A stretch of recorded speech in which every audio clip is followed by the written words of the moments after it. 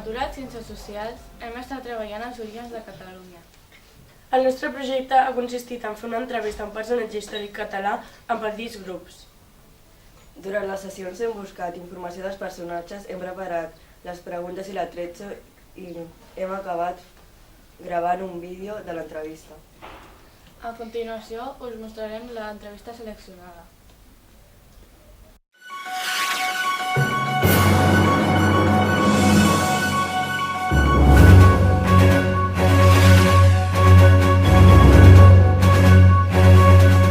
Soc l'Helena Carrillo, que ens acompanyarà per Olera Ramírez. Va néixer al 1136 i va morir al 1137. Va morir amb 37 anys. Es va casar amb Ramon Berenguer IV i va tenir 6 fills. La Laura i junt amb la Carla Martín farem unes preguntes a la Perolera.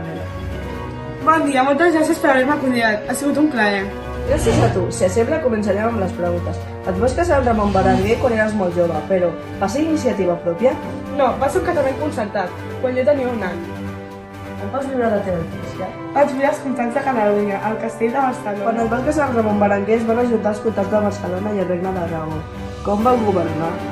El meu marit i jo vam tindre una monarquia confederada, ja que els dos territoris tenien un mateix rei, però cada un conservava les seves tradicions i les seves cultures i les llengües. A quina edat vas tenir el teu primer fill? Als 26 anys, es deia Alfons. I per què el vas casar amb ell?